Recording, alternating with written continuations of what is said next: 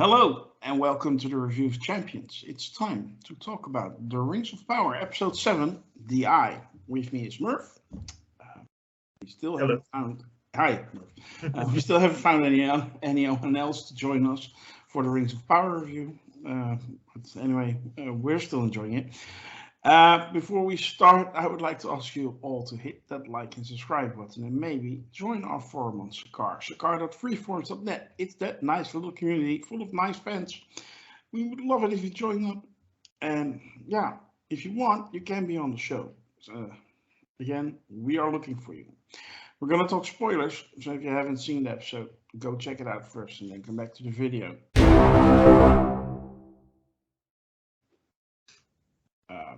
Murph, we're going to talk spoilers, and I'm going to throw in a spoiler right away.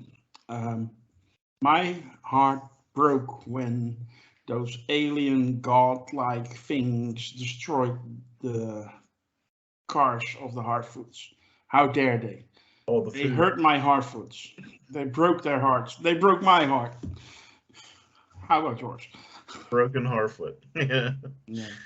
Yeah. I mean, to their credit, I mean, I don't know the dad's name, but Nori's dad did threaten them first, technically, and they were just expressing how little they meant to them. So, yeah, miss that food.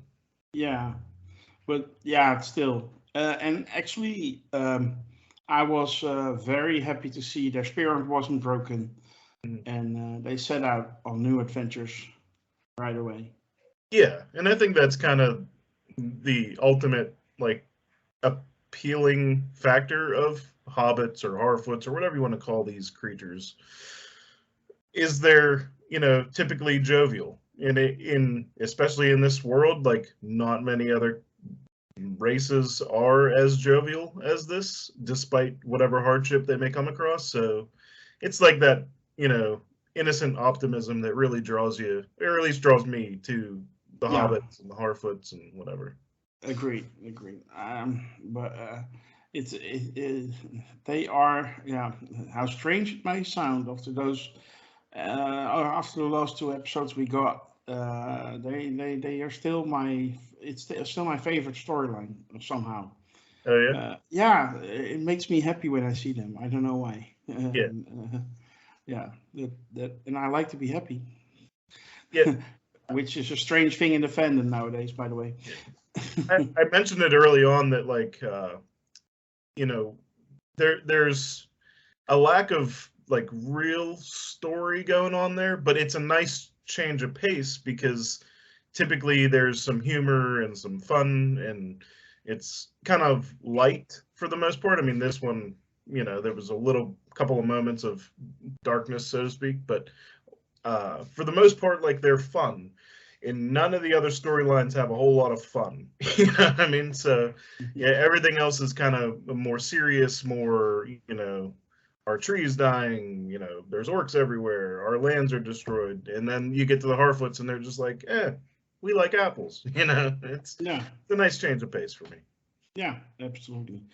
Of course, there is that mystery going on in that storyline with the stranger and who he is and what he is up to and what those alien godlike type things, I don't know what they are up to.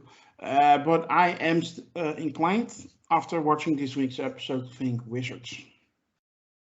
They could be. I'm still, I guess, on the fence of they seem some kind of like some kind of a religious group just because of the robes that they wear and things like that. They just have that look. So I'm more inclined to think that they're maybe disciples of Sauron or something like that. Maybe priests or, I don't get the impression that they're good. So I'm more inclined to think that they're something on Sauron's side of things. But we haven't even heard them talk yet. So, we have very little information to go by other than they're clearly following the stranger, the Meteor Man. So, and by the finale, they should be caught up to him. I'd imagine we'll get some kind of conflict there and maybe a resolution to it. Maybe some more input on who these people are and what they're really after. Yeah, I think we also need that by the end of this season. They can't drag that out to season two. Not in my book, at least. We need to know who Meteor Man is. Uh, at least to me. Yeah, the treading water for the Harfoot storyline really got to me this episode. Like, I like seeing them, but I wanted something to happen. Like, not something that happened, but I want, like, I don't know where this is going, and it's 7 episodes in. And like the mystery's fun for a while, but at some point you got to give me some clues or something. You know what I mean? You got Hmm. to drop something in there that is more than what We you get. actually do know those four Harfoots are gonna go for to find the stranger and warn him for what's coming. If Yeah, they are gonna make it on time, I don't know, but yeah. Also, the stranger, I think he's a wizard. yeah, What he did with the tree and the garden or whatever they call it. Yeah, it was obvious he brought back the trees and fruits and everything. And yeah. It was a nice kind of you every time he uses his power, everything gets kind of nervous because you're not sure if it's going to lash out in the wrong direction. mhm. In this one, like it seemed like that happened again because like a branch fell off and almost crushed that girl. And then later on, you see that like yeah, he actually like reinvigorated this whole grove of apple trees and whatnot. So it Mhm. was nice to see that like, and I think that won them over again. Like they didn't really focus on. I thought they were going to have a little more conflict based on where the last time we saw them, which is where kind of Nori was running away from him, scared. Like I thought Mhm. maybe there would be more of that, but they seemed to get over it pretty quick, despite them kind of just pointing him in the direction of Bigger People Village or whatever Mm. they. So there wasn't as much there as I thought there would be. So I mean, we all kind of expected them to, at least Nori, to forgive and forget, basically. Yeah, I think it was more like a jump scare for her, and Yeah, yeah, at that moment she didn't want to have anything to do with it. But then later on, probably off screen, she realized what actually happened. It was an right. accident. I think I said that 2 episodes ago in our Yeah. review that I was expecting that to happen. So Yeah, I think the only hiccup for me is like what won everyone else over? Was it just this? Because for a the lot of the wolves. other ones, like a lot of the other Harfoots just seem to be very like this guy's a bad omen, bad things are gonna happen, and then Hmm. he does one thing with a tree and some apples grow, and they're just like, nope, we got to keep him around. He's a great guy. Yeah, It's well, just they have a great love for food. yeah, Bilbo said so. So, um, moving on to another storyline that returned this week was the Elrond Durin storyline, and there's actually multiple Durins, which we found out this week. And of course, the the mining of the Mithril and the father son dynamic we got between Durin and Durin. And yeah, um, how about that? To me, it felt a bit like they just repeat the conflict that we already saw before. Uh, it was King Durin who asked Durin to investigate what was going on, and then he found out, and he wanted to help his friend, his brother, as he called him, and then yeah, he got stopped by his own father, and with a dramatic ending. I still am in love with Durin's wife though. I think she is amazing. The actress, she is she's so good, and then I really enjoy seeing her on screen and see her talk. Um, and yeah, I actually was a bit upset how they treat Elrond and just move him out of the mountain. yeah. I mean, first off, like Durin really is like the linchpin for a lot of my favorite interactions in the show right now. Him and his wife have great back and forth dialogue. Him and Elrond have great dialogue, and him and his father have great dialogue. So all those scenes I really love. Like pretty much, I just realized everything has to do with Doran's character, the Prince, young Doran, or whatever you want to call him. Doran the Fourth, I think he is. Yeah, at least he will be. Yeah, yeah, yeah. I it feels like almost more of the same, but I feel like it is an escalation of King Doran and Prince Doran not seeing eye to eye on this issue. And you can kind of understand both sides of it. Like the king feels like and there's been enough warning signs between avalanches and the way that the dwarves are able to even speak to the mountains, that the mountain doesn't want them to dig here. There's been a lot of like signs and things like that, but the elves need the mithril for their tree, and the mountain doesn't want them to dig here, so the dwarves don't want to give this up. They're worried what it could mean for them. And I really understand like both sides of this argument. Young Doran doesn't want to lose his friend Elrond, and it is a decent weight to say like, oh, the whole elven race in Middle Earth is like dependent on this, and it's kind of your call, and he feels like he can do something about it. Whereas King Doran is, even if he might sympathize with that, which they haven't really shown that he does, but even if he did, like he's still putting the other dwarves in his kingdom first. Yeah. Saying that this is perilous, this could be problematic, this could destroy our whole world, which makes sense if you're in that position. Yeah, and I think both sides have a good argument. It's just they're kind of stubborn, and it's a father-son relationship added to it that complicate it to where it just becomes like this, more personal conversation than it really probably should be in regards to the future of Moria or Khazad-dûm, you know what I mean? Mm-hmm. It's really interesting storyline, but it's also like complicated because of the personal relationship with also their duty to their people and friendships and things like that. It's really good. I think this storyline got the most love in this episode for sure. Most progression and most interest, I'd say. Yeah, and of course, the whole thing ends with them going down in the mountain and seeing a Balrog of Morgoth. I still like it that it's that the thing looks the same as in the movies. So, yeah, I like the Balrog. I don't know what. It's way early, as far as I know. Even like if you've never read the books, the movies, I feel like make it clear that the Balrog comes later. But so maybe they'll have a conflict with him, and he'll go back to being dormant or something. I don't know. I'm excited to see an action sequence with a Balrog. That's about where my head goes right now. So yeah, maybe Strange will find him. He did it before in the Peter Jackson movie. No, sorry, this is a joke. I think that was it. No, of course we had that other storyline with the which actually opened the episode with the creation of Mount Doom, the aftermath of the disaster, and how Isildur got lost trying to save people from his people. We know he survives. Yeah. Although, do we though? Because I noticed something in this whole storyline.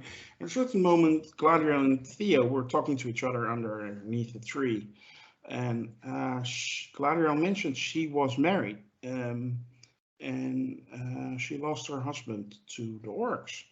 And to my surprise, the name of her husband was Celeborn, and that is the same guy that we saw in the Fellowship of the Ring, right? Is he dead, or do they just deviate from the source material in a very major way, or is there going to be like a reunion in the future? That is a good question. I vaguely remember that character, and I didn't think to look it up and like confirm that. No, but yeah, he didn't really have a role in. I mean, he showed up in the Fellowship while they were at the heart of the elfdom on Earth, if you know what I mean. Yeah. The big tree, basically. And then later in the Return of the King, at the end, he shows up when they step onto the ship to take them through the Grey Havens into the west. Yeah. But that's it. That was his contribution to that whole saga. So I'm not too, how to say, and I think he was also in the Hobbits movies. I don't know, but at least he's around later on. Yeah. And so why she say he's dead? I'm not too sure. I don't know. I hope they're not taking that many liberties with characters that officially show up later. You know, I'm a lot of changes don't mind for me, but if they would say, you know, I think we can both agree that Isildur is not dead, coming back to him. But like, let's say that they did kill Isildur, like that is way too big of a change. Like, even someone like me would be upset, and I don't mind 90% of the changes that they've made. You know. Until now I have absolutely no problems with the changes that they made, but indeed that kind of stuff they should stay away from. Yeah. And even as you know, because you know, ignoring the I forget the elf that we were talking about. We were just mentioning his name, Galadriel's husband. Even ignoring, Celeborn. Ignoring that, but like, because everyone, like, we should be able to assume that Isildur is not going to die. So his false death here kind of rang pointless to me. I don't really know what the point of it is, unless I think the point is that he got separated from his father and his kin. I mean, they stepped back on the ship, and the queen promised us to return, and probably she will return in force. Yeah. And Elendil will probably be forced to lead that expedition again. Yeah. And I think he will be surprised that his son is still alive when he returns. But that's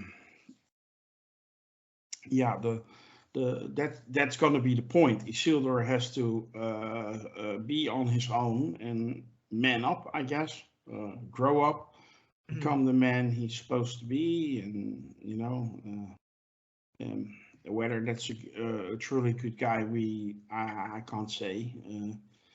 My impression of Isildur, that's purely based on the movies, was that he was a legendary figure, but he also made a lot of mistakes in his choices, selfish choices, and that led to his death and to the fact that the ring was still around. Yeah, and it'll be interesting to see. I guess part of me hoped that this, you know, obviously not real death would have been resolved by the end of the episode. Like, whenever the horse ran away, I thought for sure like he was going to come back with Isildur, even if it was right after Elendil left, which is another thing. Like, they left like the next day. You know what I mean? Like, the volcano erupted and they just left like the next day. You know, they were like, "Oh, we're up," which I thought was a little fast. And I don't know if that's to get like the Numenorians back to Numenor. Like, I'm not really sure. There was a couple questionable like storyline choices that may pan out to explain themselves later, but like right now I'm just kind of left curious as to why they made those decisions. Yeah, but to me it's a bit like they ride in like they are the saviors of Middle Earth, and we are here to fix everything, and then they have one major setback. The creation of Mordor, basically, which, by the way, was literally in our face because they changed the Southlands to Mordor.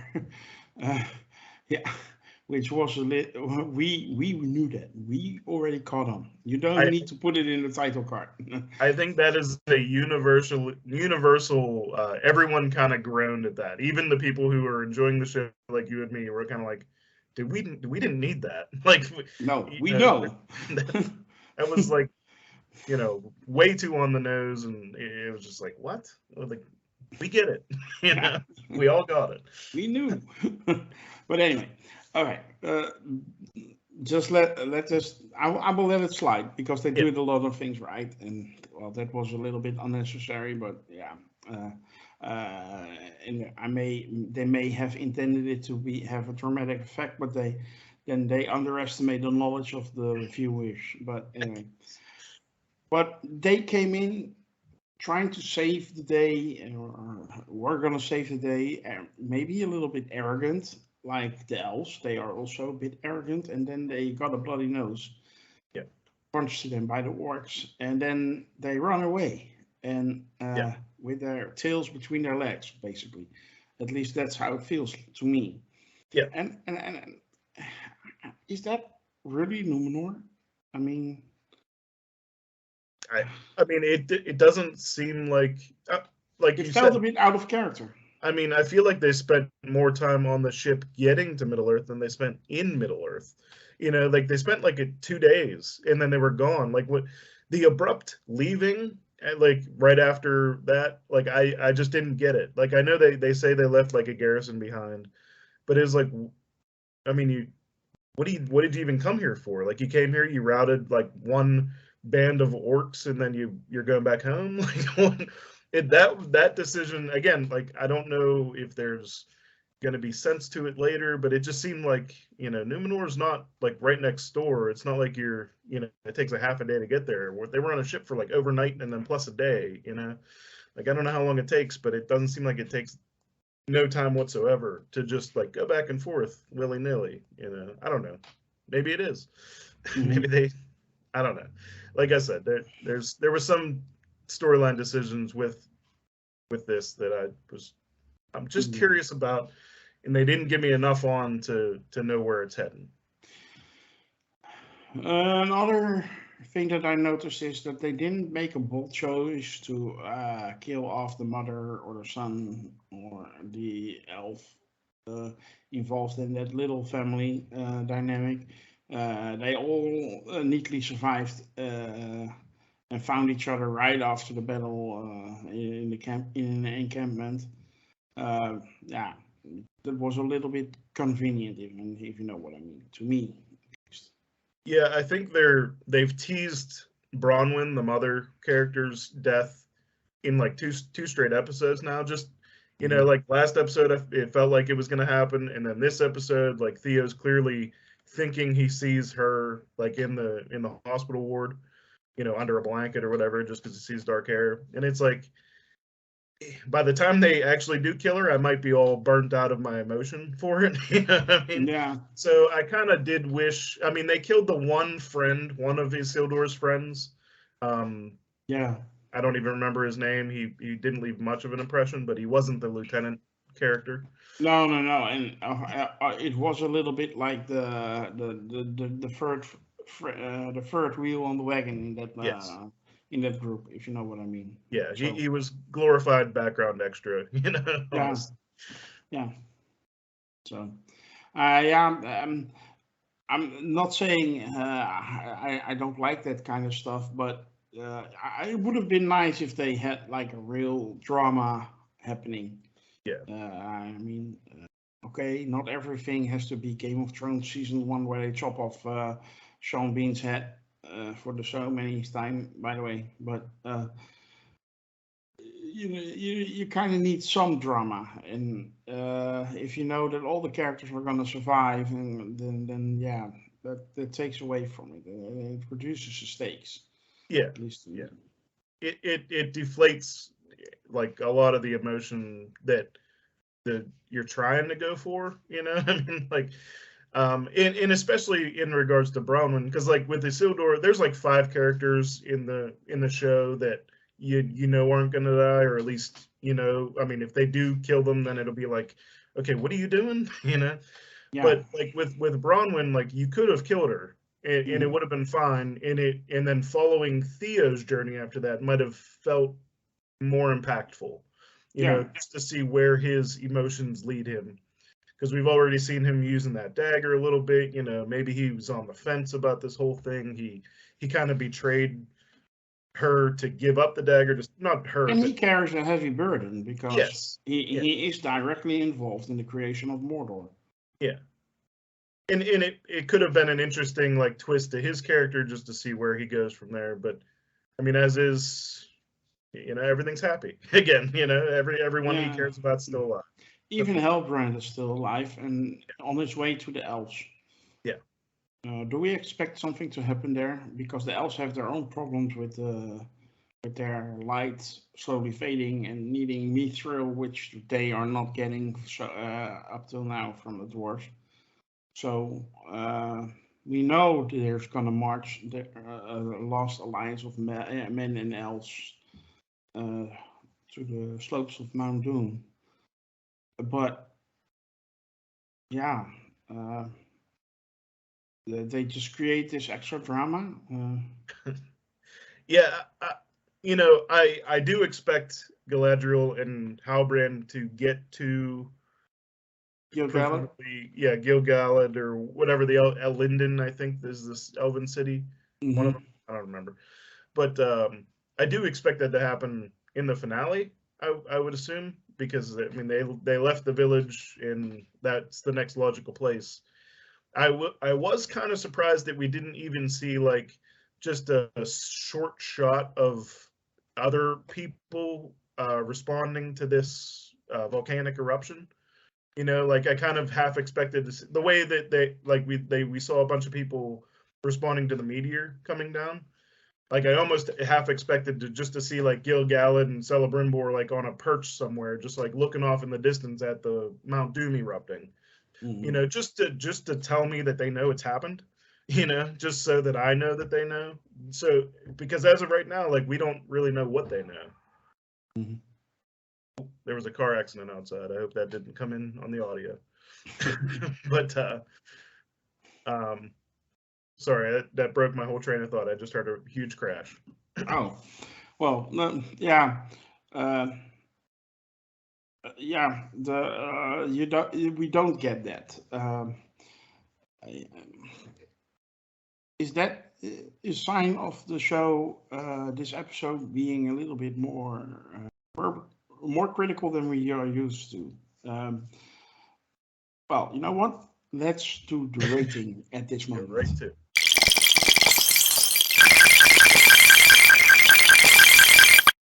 Murph, I'm gonna ask you this week's episode. How are you gonna rate this week's episode? I'm gonna give it a 7 out of 10. It's a little bit of a drop off from what we've been used to, and I expected a drop off after the Udun episode, but there's just not enough telling me what's happening, and it felt like a lot of treading water and a lot of just setup for the finale. It didn't feel like a whole lot of stories went a whole lot of places other than Durin's and Elrond's. So I'm gonna go 7 out of 10. Yeah, I still liked it a lot. I'm not going to go for 10 out of 10 this week because indeed there's a little bit of a drop off. I'm going for 9 out of 10. There's still too much to like. There are some questions and why they make these choices. I do hope they will explain why they make these choices. But I don't want to drop off as far as you because I just like the show too much. But I'm not saying this is a weaker episode. I'm just saying if we were constantly talking, they are doing a lot of things right. And I love this show and really curious where it's going. And that curiosity is not satisfied enough. And there's a little bit of, I wouldn't say annoyance, but a little bit of concern that they keep, they keep you on the line, but they never tell you what's going on. Yeah, and I just to point out, it might be because I felt like they were building very well, like the last 3-4 episodes. So this kind of treading in place felt more drastic than it might deserve. But as of right now, it was kind of like, like I'm ready for the finale now. But that's all that this episode did for me. Yeah, and I do hope they finish strong. because otherwise they might as well stopped the season at episode 6, if you know what I mean. Yep. So they are taking a risk by doing another 2 episodes after they created Mordor, basically. Yeah, that felt like a climax, and I hope that there's enough just to get through that last episode and not feel like it was just tacked on at the end. Yeah, I agree. That will conclude our review for episode 7, The Eye of the Rings of Power. Before we finish, I would like to ask you to hit that like and subscribe button, the notification bell on YouTube, follow us on Twitter, like our Facebook page, join the forum on Sakar. That way you will never miss us and we won't have to miss you. Bye.